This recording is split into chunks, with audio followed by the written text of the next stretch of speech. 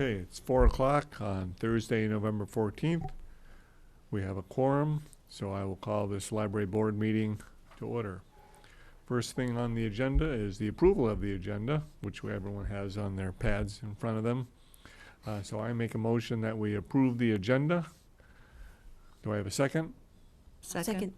I have a number of seconds for approving the agenda.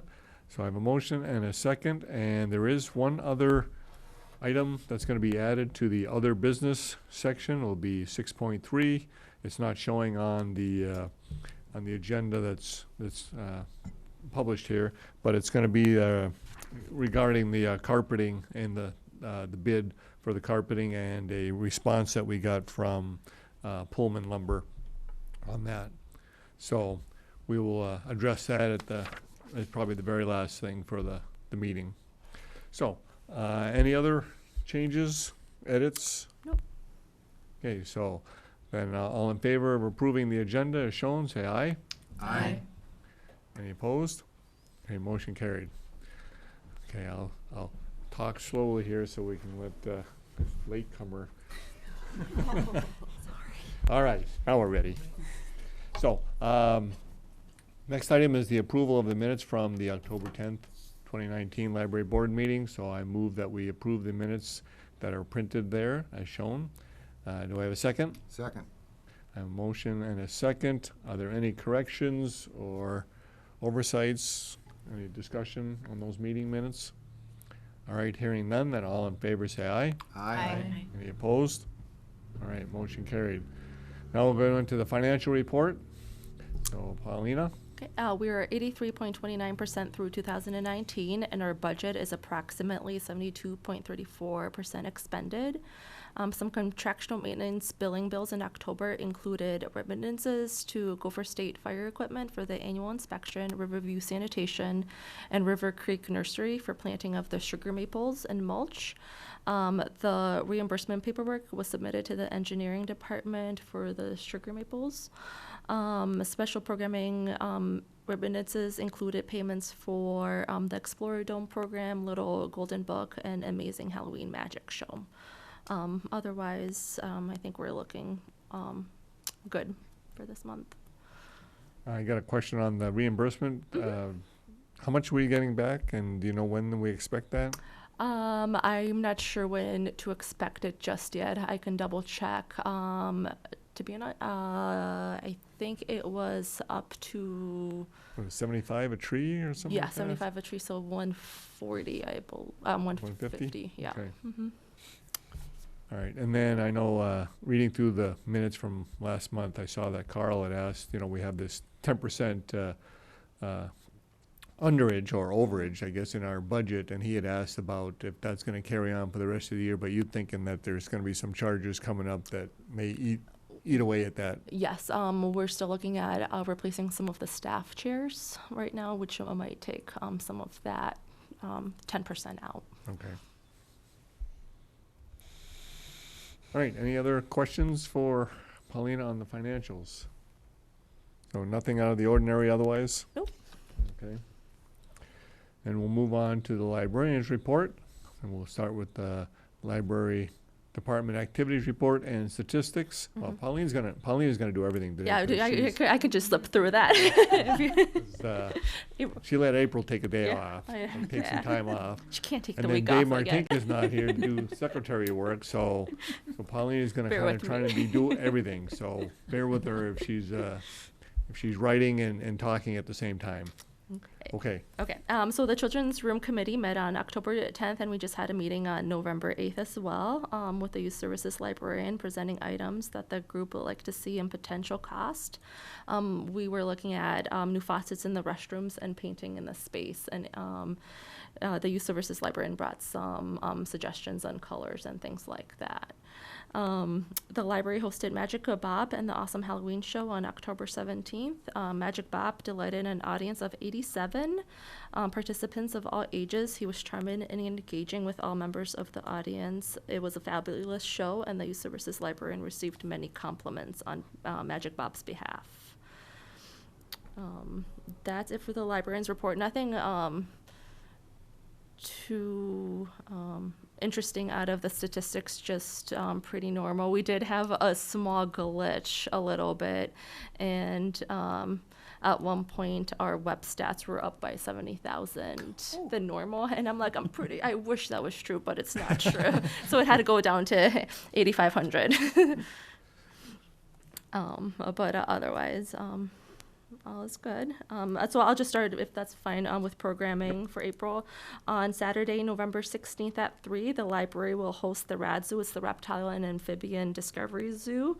It's an entertaining educational show with which will feature turtles, snakes, frogs, salamanders, lizards, and even small alligators. Attendees might even get a chance to touch some of these creatures. The Minnesota Valley Civil War Roundtable continues its fall session on Tuesday, November 19th at 6:30.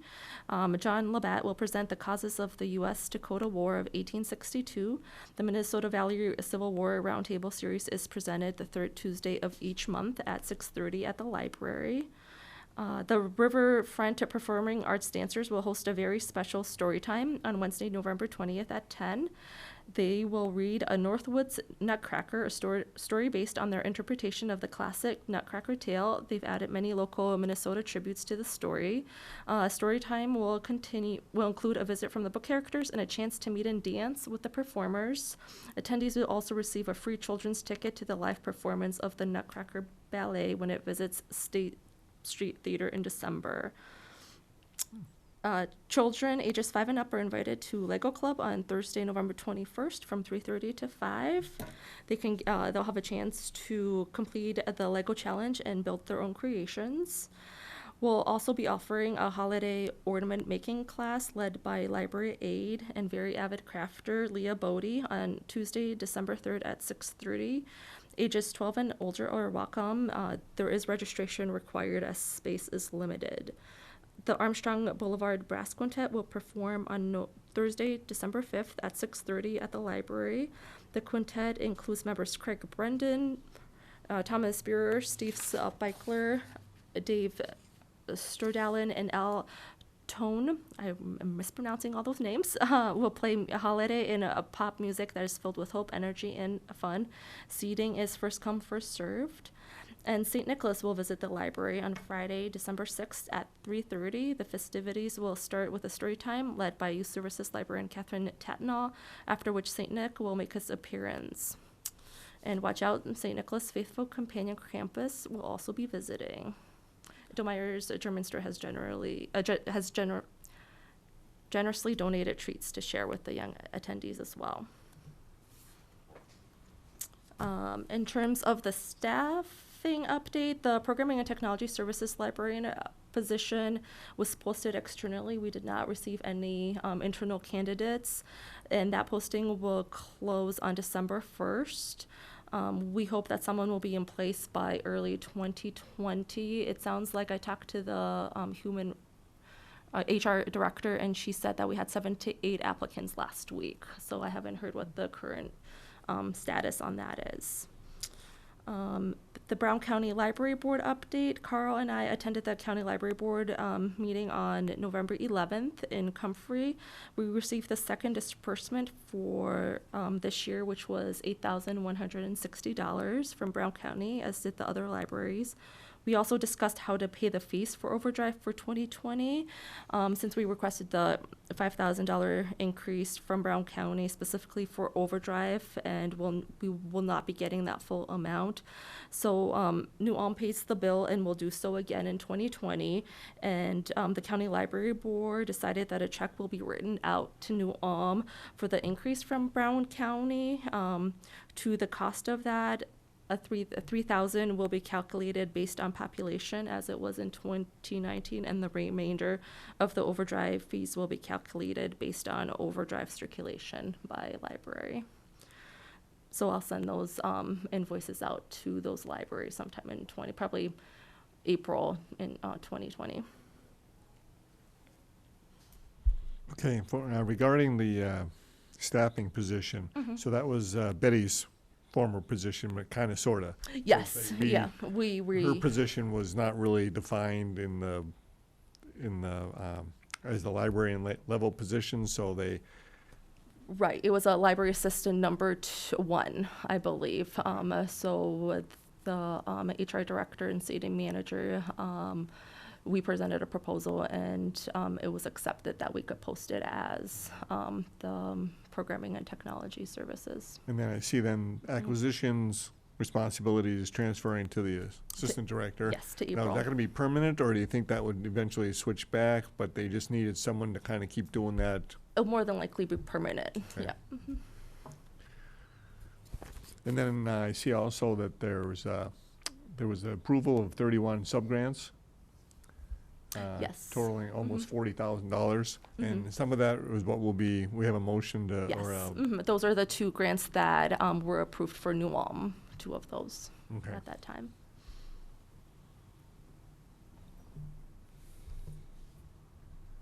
Paulina, there was a notation in the activities where there was, I think, 5 or 6 outreach events that occurred during October, and I was wondering if you could speak a little bit about the nature of those outreach activities that are underway. Oh, the ones with the New Ulm Middle School? Yes. That is, I kind of note those as the times I drop books off at the middle school. And that's going really well. It's slowed down so far. We had a couple, at the beginning of the school year, we were getting more books in for the middle schoolers, and that's kind of tapered off. I know there's a big load to be picked up, but otherwise, I think that's going quite well. We do get some kids bringing items back to the public library as well.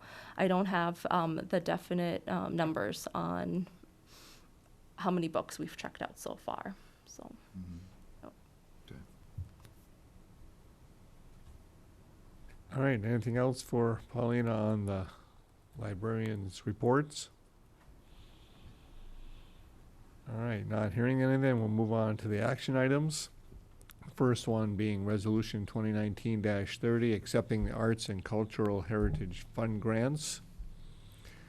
In October 2019, the library was awarded Arts and Cultural Heritage Fund legacy grants in the amount of $630 for Charlie McGuire's songwriting Sleuth Gripping Minnesota Tales, and then $1,435 for Art and Crafting Series. Charlie McGuire will be at the library singing gripping songs and ballads he's researched over the years on Tuesday, February 4th, 2020 at 6:30 p.m. The Art Start series will be held on Thursday, May 14th, 21st, and 28th, 2020 at 1:30 p.m. Patrons will have a chance to create a watercolor still life while learning basic watercolor techniques and tips for painting from observation. They will create their own quilling work while learning about the art of coiling and shaping paper to make a design. And they will create a scientifically correct and artistically beautiful bee house to attract bees to their yard. So I'm looking for a motion that to accept the Arts and Cultural Heritage Fund grants for these programs. So move. Second. I have a motion and a second. Any discussion? All right, hearing none, then all in favor say aye. Aye. Any opposed? All right, motion carried. Second resolution is 2019-31, approving the use of Fund 211 audiovisual supplies for Overdrive expenditure. The library requests that the library board approve the expenditure of $500 for the purchase of e-materials for Overdrive. Overdrive is TDS's vendor for downloadable ebooks and e-audiobooks. If approved, funding would come from Fund 211-5500-223027, audiovisual supplies. Overdrive checkouts through the end of October 2019 totaled 7,948. At the same time in 2018, they totaled 7,177. So, do I have a motion for approving the use of the $500 for the purchase of e-materials from the Audiovisual Supplies Fund? So move. A second. I have a motion and a second. Any discussion, questions? Will the $500 buy for the Overdrive? Just some materials. I know I got an email last week from Jenny as I was actually typing this resolution up.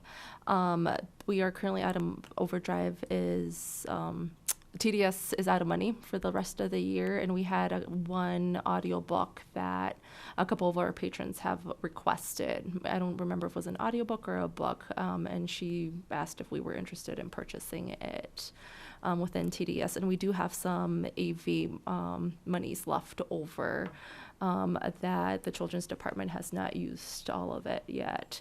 So we just have some left over, and I thought we could add it to the Overdrive. And this is also the audiovisual supplies is the fund that we pay the Overdrive fees as well. So we do both as an AV. So will we be getting 1 or 2 books? No, it'd be more, it depends. We actually had a discussion about this at the this morning's meeting.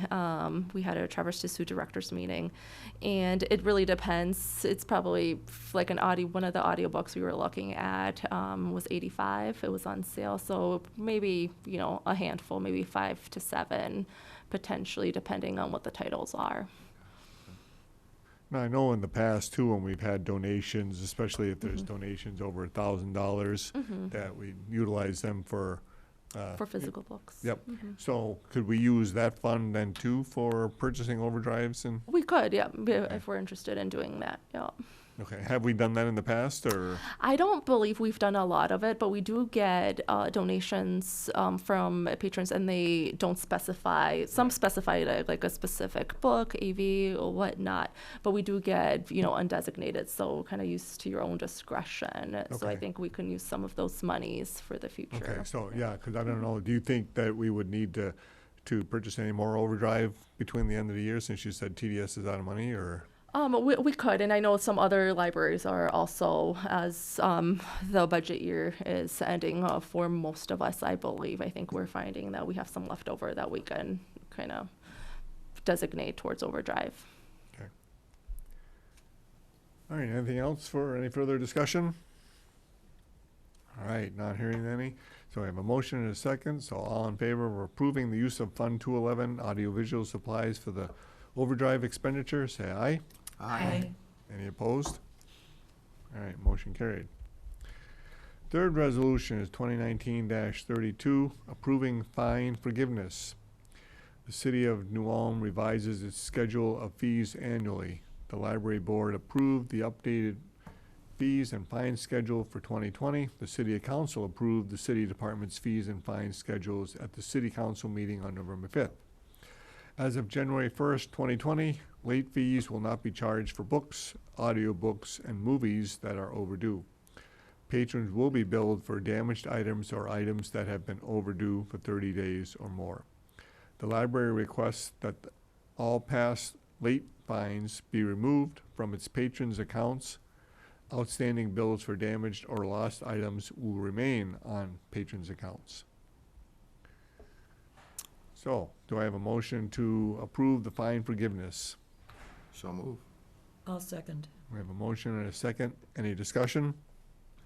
When will this become effective? More than likely January 1st. I spoke with the TDS tech coordinator to make sure this was possible, and it is, that all past fees that were generated would be expunged from patrons' accounts, but not those for damaged items or replacement, things like that. But it is possible to do that in our ILS, integrated library system. And again, this is for books, audiobooks, and movies. Right, so but like they're not everything. Not everything, so not on hotspots or anything else that we want to come back faster. Okay. And then I saw somewhere when I was reading through the stuff, you had mentioned some of the feedback from other local libraries that had discontinued fines, and they saw that the goodwill established far outweighs the fine Right. revenue, Yes. and that people were, you weren't seeing an abuse of the system, and people were more likely to be utilizing the library and And such. return items, yeah. And I just recently, again, I think Chicago Public Library it was the biggest one who I believe has gone fine-free, and they have seen such an upsurge of materials coming back that have been overdue for how many years? It was a really high percentage. I want to say over 100% or 200. That might not be right, but it was just something very astronomical to me. So do you think once we do that, you'll all of a sudden see all these books start coming back I don't know. that have been missing for years? Right. We hope, but yeah, maybe not. Yeah. And then will this, so how will this get publicized? I mean, will there be like posters in the library in addition to information on the website? Information on the website. I planned to write a library column about it Good. upcoming. But yeah, I think just people not having to pay late fees, will be a nice surprise too. So we could put up signs up as well. Good. All right, any other discussion? All right, then, all in favor of approving the fine forgiveness schedule, say aye. Aye. Any opposed? All right, motion carried. Mr. Chair, I have one follow-up question that really wasn't tied to that motion, but the fines will remain for damaged and lost material. There'll be a fee charged, if I Yes. understand you correctly. Yes. Does that trigger a patron's card being locked so they can't check anything out until those are? Yes, it always has been. The way we have the ILS set up, it blocks a patron's account if they have more than $10 on a library account. So if your fines or usually a book, unless it's maybe a smaller children's book or something, once you damage or lose a book, it usually triggers that $10 and you are not able to use your library card at that time. So in this environment of fine-free, is that still a kind of a standard consequence then of bringing back a damaged book Right. and not paying? Yes, yes. Okay. So if they should find the book later, Mm-hmm. after that, and they return it, you guys straighten that out between them, or how We does do. that I work? believe we give about a week or so, but otherwise, so we do not Okay, reimburse. so like if they yeah. were to return it a year later, Yeah, and we don't. okay, Mm-hmm. so they basically own it then? Yeah, It's pretty much, theirs? yes. Paulina, would you be able to, at an upcoming meeting when you have time, see if you can determine how many people have their cards locked because of Fines or, scenario? sure, fines or lost and damaged. Fines assessed for lost or damaged Okay. material. I'm curious to know. I can do that. Do you have any idea, Paulina, of how many books our library loses a year? Oh, that's a good question. No, I don't.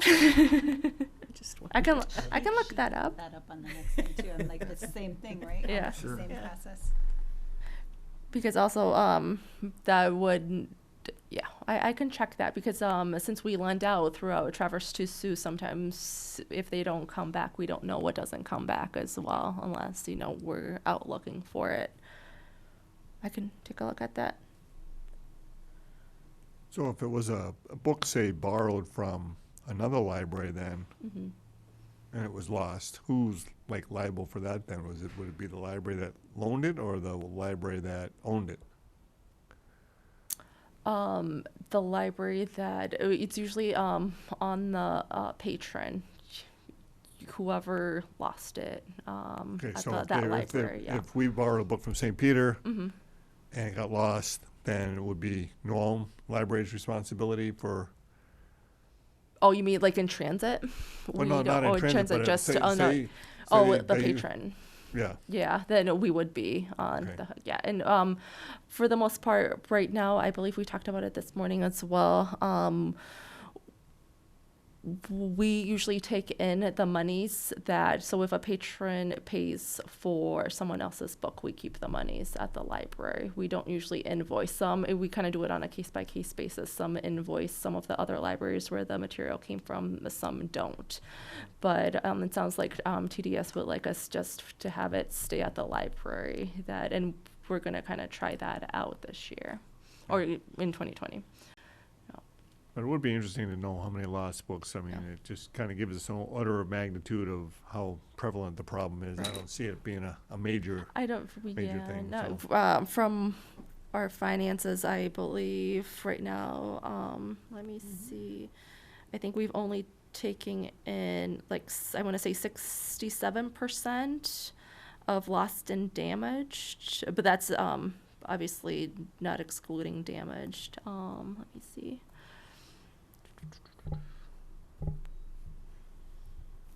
And that's both on ours and I believe other libraries as well. But for stuff like that, for loss and damage, I mean, you would think that the patrons would, assume the liability and understand that. Right, it's versus- a kind of responsibility for what you check Right. out. Yeah. It looks like we've taken in 723 for lost and damaged items this year. Okay. It's not that much. Yeah. Oh. All right, any other further discussion before we move on to the next resolution? All right, the next one is the resolution 2019-33, the approving use of fund balance for technical upgrades to the library's meeting room. So this one's a little lengthy, so sit back. Reviewing the library's presentation technology was included in the 2019 through 2022 strategic plan.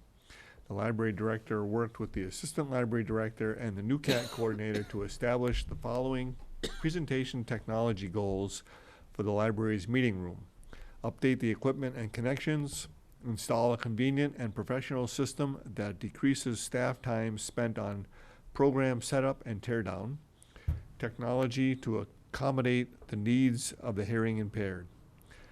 The items and actions needed to accomplish these goals include the following: mount the projector, update the sound, update the microphones, handheld and lavalier, connect DVD player / new DVD player, repeater so controls can be accessed in the meeting room, hearing assist, a port for the NewCat to plug in projector sound system, a port for a presenter laptop to plug into the projector sound system, and a new amplifier. NewCat is able to provide funding for half of this project. A request for quotations was submitted to 4 vendors for the project. There was VSI, which came in at a quote of total $22,975, of which half of that, the library's portion, is $11,487.50, with a warranty of 1 year. AVI SPL came in with a quote of $24,768.07, and with the library's portion being $12,384.04, with a 90-day warranty. The Tierney Brothers came in at $27,681.96, with the library's portion being $13,840.98, with a 1-year warranty. And then the final one was AVI Systems, came in at $28,410.58, with the library portions being $14,205.29, also with a 1-year warranty. In order to accomplish this project, the library needs to add an electrical outlet in the ceiling for the mounting the projector and creating a cable path from the projector to the audio rack. The vendor quotes do not include these items. The library is responsible for installing them. We have not yet sought quotations for those elements of the project at this time. The city IT director also took a look at the quotations that were provided and was an immense help in evaluating the proposals that were presented. The library director recommends working with Tierney Brothers as they specified all portions of what was requested for the project. The library director recommends that fund balance be used for this project.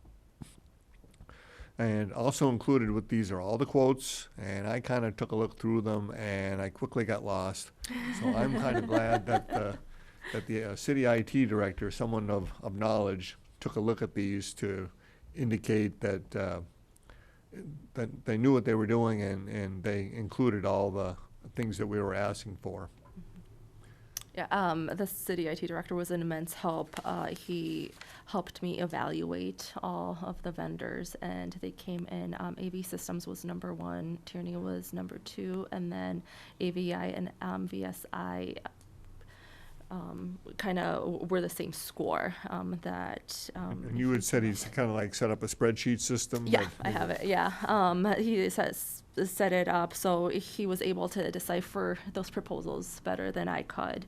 And it looks like AVI SPL met most requirements, but they only had a 90-day warranty and support. VSI were utilizing an all-in-one system from Creston, and all of the other. It looks like the other ones were different systems a little bit. The Presentation Series 300, but it was an all-in-one. The other ones were not, I believe. That's just a choice, and they didn't specify what any of their outputs to NuCAD would be. The AVI exceeded all requirements with the wireless presentation system, and like the other ones specified a 1-year warranty and 1-year support, but they also didn't include HDMI to the NuCAD, which is some of the wires that we just run between. Like right now when we set up, we have to run wires from the projector to the back closet for speakers and sound, and we'd like something just automatically set up and ready to go so we don't have to plug everything in. Tierney was a good scope of work, and they're quoting, the state contract pricing is already negotiated by the state, so the requirements for competitive quotes is satisfied. They were quoting a Minnesota state contract on labor and warranty. From speaking with the NuCAD coordinator and the IT director, AVI Systems did the broadcasting work in this room for NuCAD, so everything they have back in here. Tierney, it sounds like they did pretty much what we're looking at doing at the Civic Center, like a foul-proof, ready to go, like press a button and it's ready, which is what the assistant library director and I would like to see. All right, do we have any questions then for Paulina on this? Once the work is let to the company awarded the work, do you have any sense as to how long the project will require? To be honest, I'm not sure at this point. Tierney sounded like they were, most were kind of within like 4 to 6 weeks, I believe, something like that. None of them mentioned that it would be that difficult to do. So I think they're kind of used to Just doing this. time-consuming more than anything. then. Right, yeah. And I did get one quote back for adding the conduit for the outlet on the ceiling. And the one I received was about $448, so it's not too bad. Yeah, I was a little bit worried about how much that might be. That should be, that's a standard electrician Right. should be pretty simple, so Yeah. I'm thinking you don't necessarily have to competitively bid that Right. if you don't want to. Yeah, okay. Since it's small enough. Yeah, and it sounded like all of them said that there is one that lights. We have some lights on the ceiling in that room, and there's one that is nearby, but the projector will need their own designated outlet. Because I'm like, we can use that one. They're like, no. So yeah. We just put in, at 3M, we just put in, we took all our table-mounted projectors and put them on the ceiling Oh, too, nice. just to get them out of the way. Right. And they make ceiling tiles that are steel that fit into a standard, I can't remember if there's a drop ceiling in the meeting room down there or. No, it's the wood paneling. Oh. Yeah, but we have in the past snaked wires through the speakers, so that has worked. But there are still some visible wires.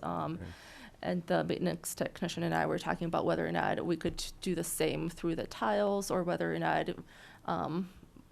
they'll be seen. But Okay. we'll see. Yeah.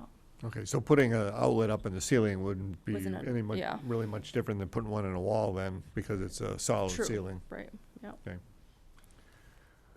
Paulina, does an upgrade of this magnitude to a meeting room affect the fee that the host can charge people wanting to use the room? I mean, is there a corollary between, we've got all this new upgraded equipment now and That wasn't the plan. No, it was just more ease of use for both staff and patrons.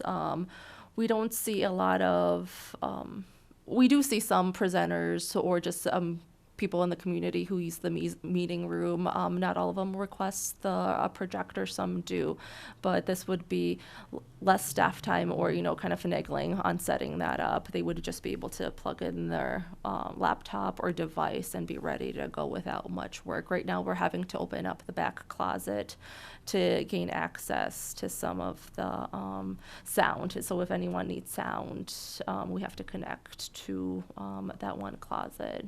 So this would cease that, hopefully, yeah.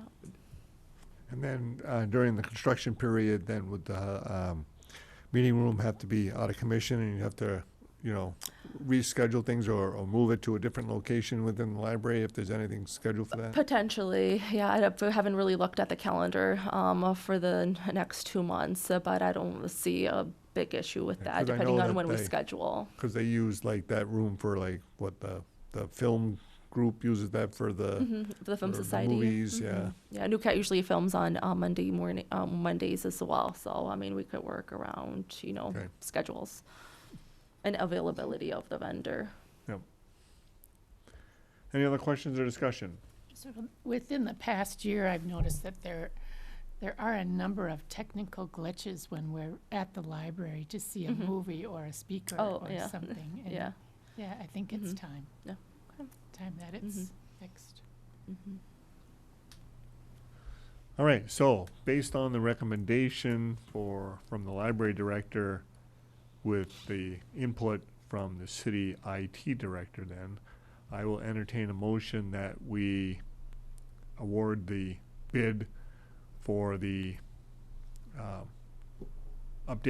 the technical upgrade to the library's meeting room to the Tierney Brothers and approving the use of fund balance to do that unless someone else wants to make a different motion. I'll second your motion. Okay, so I have a motion and a second. Is there any other further discussion? Questions, concerns?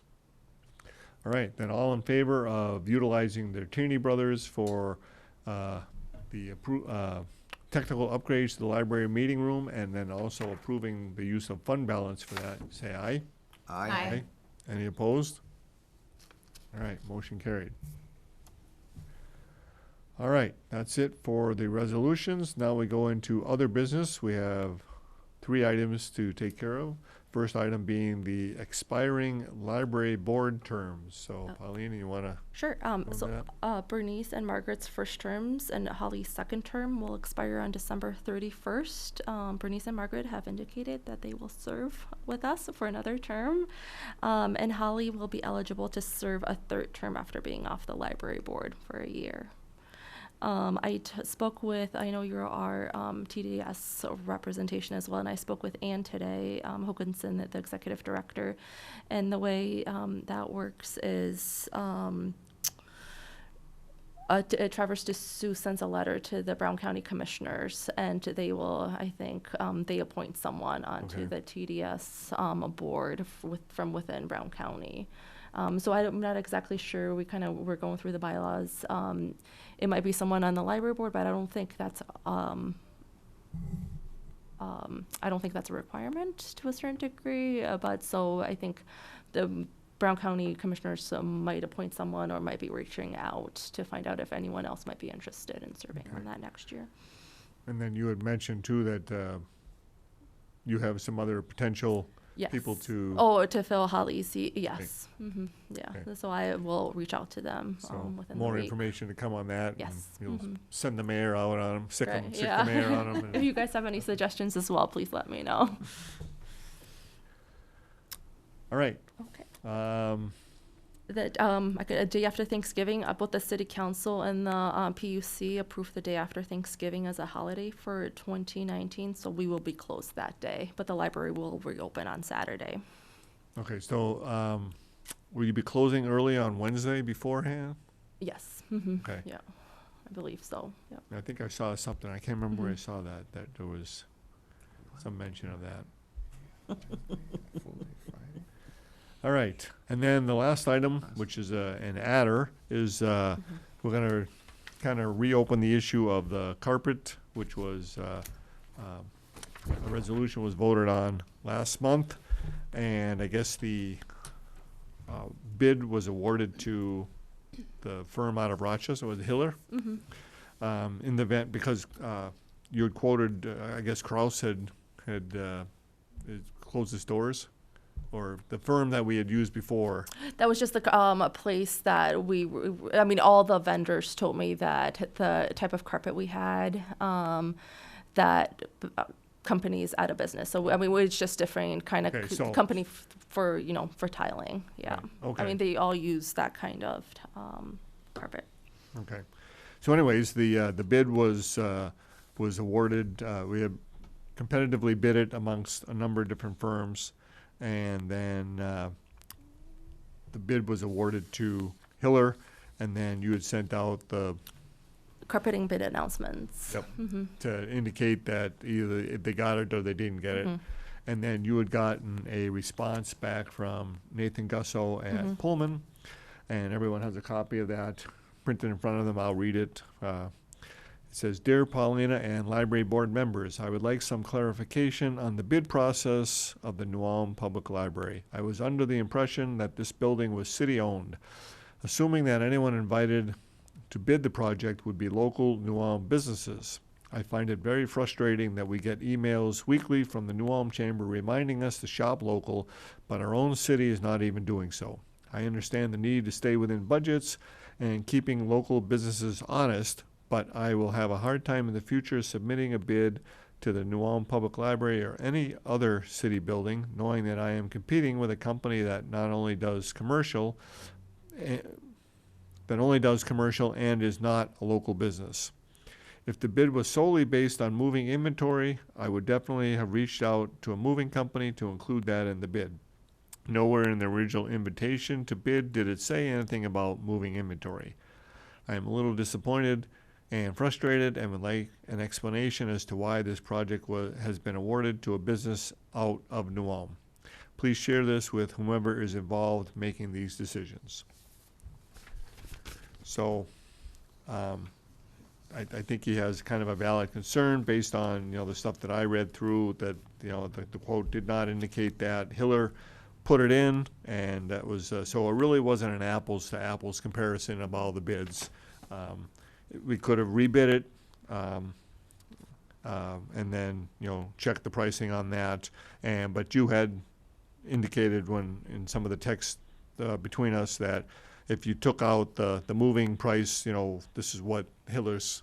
Right, it was 16,131, which Right. was a little bit over, and I did, when we had discussed the, about postponing the carpet replacement to next year, I asked whether or not these quotes would be valid, and Hiller said that it would be valid in spring, and Pullman did mention that pricing will more than likely change in 2020 because Usually when the calendars roll around, we get that at 3M all the time too. Yeah. At the first of the year, you have to relook at bids that have come in because of labor price Right. increases, and then also just materials price increases. And now you had also indicated that you had kind of worked up a response that you were gonna. I did. I don't know if I have it on me, but if that looked okay to you, if anyone has Well, any. I was kind of hoping that we could review it Oh, sure, as yeah. a board rather than just Of course, rely yeah. on me, make me the heavy. Yeah. Spread the love. Yeah. Yeah.